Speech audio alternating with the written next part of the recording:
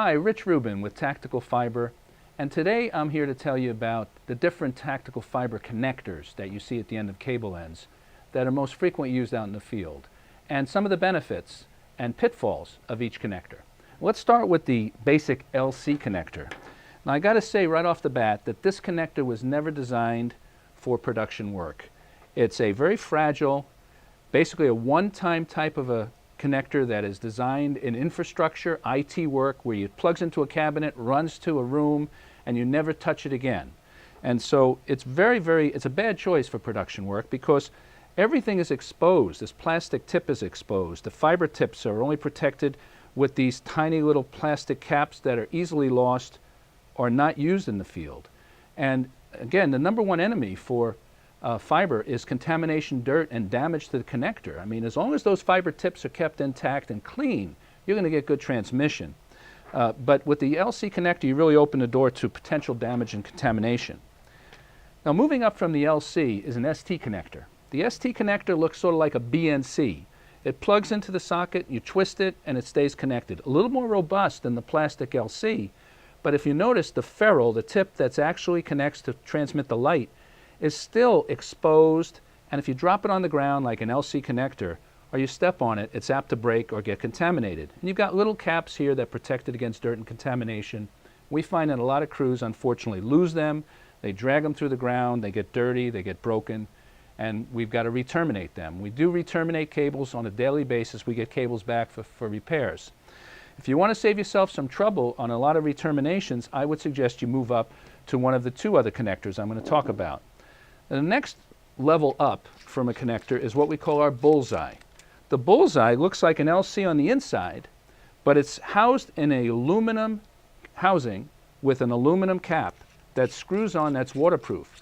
So as long as the crews are careful when they're gaffing, when they're deploying your cable, to make sure that the cap is in place while they bring it out and put it back on after they disconnect it from the converter, then you're okay, because it can bounce on the ground, it's protected against dirt and contamination. So it's sort of like a middle ground. But the very best connector, the most trouble-free connector, is a stainless steel Magnum connector, as we call it. And the Magnum has got a stainless steel machine cap. It's precision machined. It's a nice connector.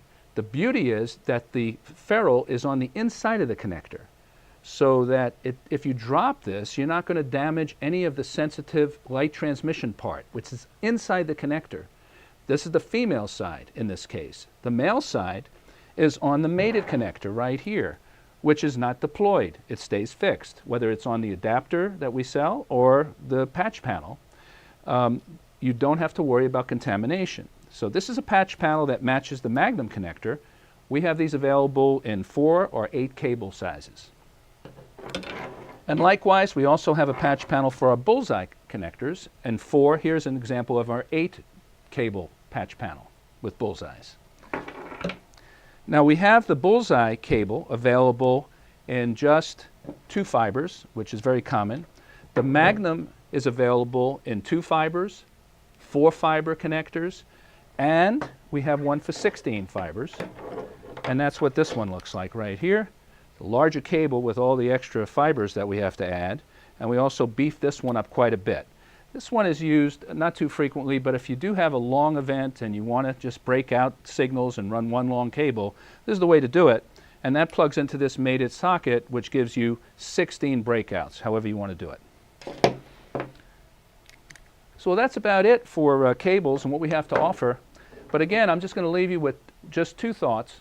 One is just make sure your cables are strong. And 2, make sure that those cables and the fiber tips are protected against contamination.